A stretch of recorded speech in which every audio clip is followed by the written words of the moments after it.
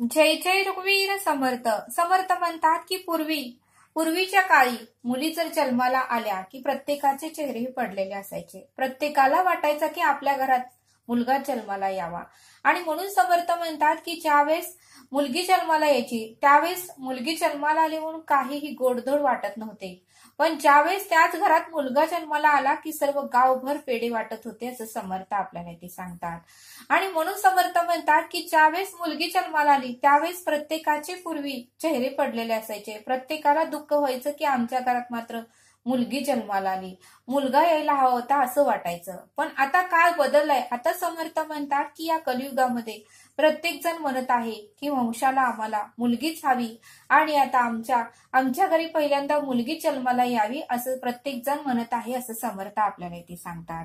आणि म्हणून समर्थ म्हणतात की बरेच जण आता मुलगी जन्माला आल्यावर बऱ्याच जणांना आनंद होतो असं समर्थ आपल्याला इथे सांगतात. आणि म्हणून समर्थ म्हणतात की बऱ्याच लोकांचे आता विचारही बदलले आहेत. बरेच जण म्हणायला लागले आहेत की वंशाला आता मुलगीच हवी असे बरेच जण म्हणत आहेत असं समर्थ आपल्याला इथे सांगतात.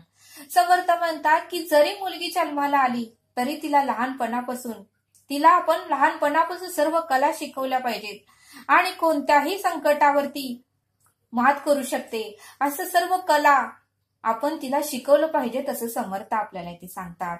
आणि म्हणूनच समर्थ म्हणतात की लहानपणापासून मुलींना आपण धाडसी बनवलं पाहिजे. लहानपणापासूनच मुलींवर उत्तमाचे संस्कार करून त्यांना धाडसी बनवलं पाहिजे असं समर्थ आपल्याला इथे सांगतात. आणि म्हणून समर्थ म्हणतात की मुलींना लहानपणापासूनच आपल्याला पोहायला शिकवता आलं पाहिजे, टू व्हीलर शिकवता आली पाहिजे, 4 व्हीलर शिकवता आली पाहिजे, ही सगळी वाहनं ही त्यांना चालवायला आपल्याला शिकवता आली पाहिजे तसं समर्थ आपल्याला ते सांगतात.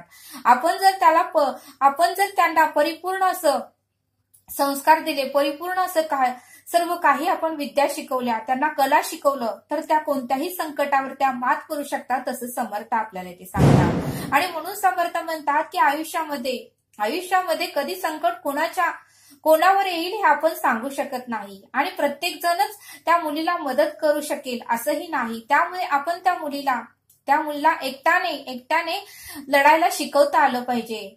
एकट्याने त्या मुलीला लढायला शिकवता आलं पाहिजे असं समर्थ आपल्याला ते सांगतात. आणि म्हणून समर्थ म्हणतात की आता खरंच काळाची गरज आहे. मुलींना धाडसी बनवायचं, मुलींना सर्व काही कला शिकवायच्या, मुलींना पोहायला शिकवायचं, सर्व काही त्यांना आलं पाहिजे की जेणेकरून कोणत्याही संकटावर त्या मात करू शकतात, कोणत्याही परिस्थितीवर त्या मात करू शकतात असं समर्थ आपल्याला ते सांगतात. आणि म्हणून समर्थ म्हणतात की मुलींना आपल्याला सांगता आलं पाहिजे की रडायचं नाही तर आता लढायचं हे आपल्याला त्यांना सांगता आलं पाहिजे असं समर्थ आपल्याला ते सांगतात.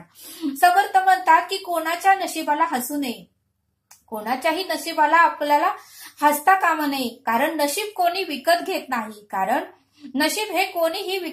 नाही. आणि म्हणून समर्थ म्हणतात की प्रत्येकाने वेळेचे भान ठेवले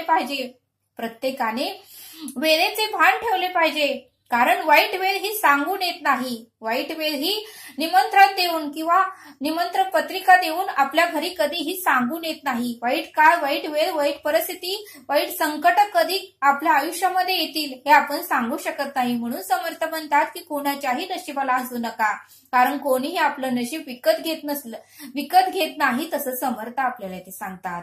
आणि म्हणून समर्थ म्हणतात की विश्वास फक्त देवावर ठेवा. आणि प्रेम आपल्या कामावर करा. विश्वास फक्त देवावर ठेवा आणि प्रेम आपल्या कामावर करा, कारण ही दोघेही तुमची कधीही फसवणूक करणार नाही तसं समर्थ आपल्याला इथे सांगतात. आणि म्हणून समर्थ म्हणतात की परब्रह्मावर विश्वास ठेवा आणि आपल्या कामावर प्रेम करा असं समर्थ आपल्याला इथे सांगतात. समर्थ आपल्याला एक छोटासा बोध सांगतात. समर्थ म्हणतात की एका गावामध्ये प्रिया नावाची मुलगी होती. आणि बघा म्हटले ती खेडेगावामध्ये होती आणि तिचं स्वप्न होतं की पोलीस व्हायचं. त्यावेळेस तिच्या वडिलांनी लहानपणापासूनच तिला पोहायला शिकवलं, तिला 2 व्हीलर चालवायला शिकवली, तिला 4 व्हीलर चालवायला शिकवली आणि एवढं तिला धाडसी बनवलं. तिचं स्वप्नच होतं की आपण पोलीस बनायचं. पण बघा म्हणले समर्थ, वाईट परिस्थिती कोणावर कधी येईल हे सांगू शकत नाही. आणि बघा कालांतराने ती 20 वर्षाची होती त्यावेळेसच तिच्या वडिलांचा अपघात झाला आणि अपघात एवढा भयानक होता की त्यांना पुण्याच्या सिटी हॉस्पिटलमध्ये ऍडमिट करावं लागलं। आणि मग मात्र वडिलांच्या देखरेखीसाठी कोणीही नव्हतं म्हणून प्रियाची आई वडिलांच्या देखरेखीसाठी दवाखान्यामध्येच थांबल्या। मग मात्र प्रिया ही घरातली सगळ्यात मोठी मुलगी होती आणि तिचे भावंड तिच्या बहिणी ह्या लहान होत्या। मग आता संपूर्ण घराची जबाबदारी ही तिच्यावरच आली आणि त्यांच्याकडे 5 एकर शेती होती, 40 म्हशी होत्या। आता काय करायचा हा प्रश्न प्रियावर पडला आणि एवढं संकट तिनं स्वप्नातही बघितलं नव्हतं, एवढं संकट तिच्यावर आलं। पण आता काय करायचं, पण ती धाडसाने उभी राहिली कारण घरामध्ये तीच मोठी होती आणि तिने कोणाला सांगायचं। आई तर दवाखान्यात वडिलांच्या देखरेखीसाठी होती, वडिलांचा अपघात झाला होता, ऍडमिट होते, आता काय करायचं। त्यावेळेस मात्र प्रियाने हार मानली नाही आणि ती मात्र 40 म्हशा होत्या। पहाटे लवकर उठून सर्व भावंडे मिळून म्हशीच्या धारा काढायच्या। तिला धारा काढायचं सुद्धा लहानपणापासून तिच्या वडिलांनी शिकवलं। धारा काढायची आणि धारा काढून मग नंतर मात्र तिला टेम्पोही चालवता येत होता। टेम्पोतून ती चारा घेऊन यायची कारण तिला लहानपणापासून तिच्या वडिलांनी 4 व्हीलर आणि 2 व्हीलर सगळं काही शिकवलं होतं।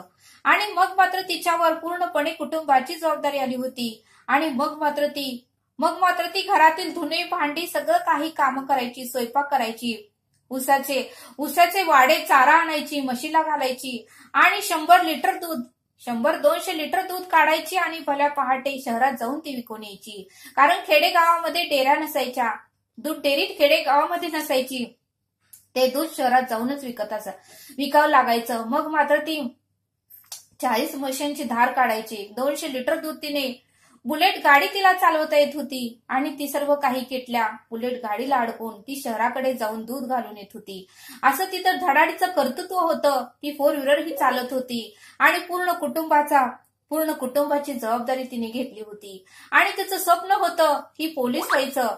आणि ह्या परिस्थितीत तिने हार मानली नाही, पूर्णपणे आपले वडील बरे होईस्तोपर्यंत तिने पूर्णपणे आपली जबाबदारी पार पाडली। भल्या पहाटे उठायची, स्वयंपाक करायची, धुणं भांडी करायची, 40 म्हशांची धारा काढायची आणि पूर्णपणे त्या किटल्या बुलेटवर अडकून ती बुलेटद्वारे शहराकडे जाऊन दूध घालून लवकर सकाळी 9-10च्या सुमारास ती आपल्या गावाकडे परत येऊन आपलं शिक्षणही ती पूर्ण करत होती। बघा म्हणले समर्थ, म्हणजे एका पुरुषालाही लाजवेल असं प्रियाने काम करून दाखवलं आणि तिच्या वडिलांनीही तिला उत्तमाचे संस्कार दिले होते। तिला सर्व काही कला शिकवल्या होत्या, पोहायला शिकवलं होतं, बुलेट गाडी चालवायला शिकवली होती, 4 व्हीलर गाडी चालवायला शिकवली होती। त्यामुळे ती प्रत्येक संकटाला, प्रत्येक तुफानाला ती सामना करू शकली।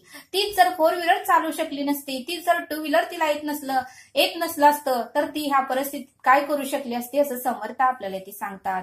आणि म्हणून समर्थ म्हणतात की या बोधातून आपल्याला हे शिकायला मिळतं की आपल्याही घरातील मुली असतील तर त्यांना आपण ही धाडसी बनवलं पाहिजे। कारण प्रत्येक वेळेस आपण त्यांच्यासोबत असेल असं नाही, कारण कधी कोणाचा मृत्यू येईल हे आपण सांगू शकत नाही।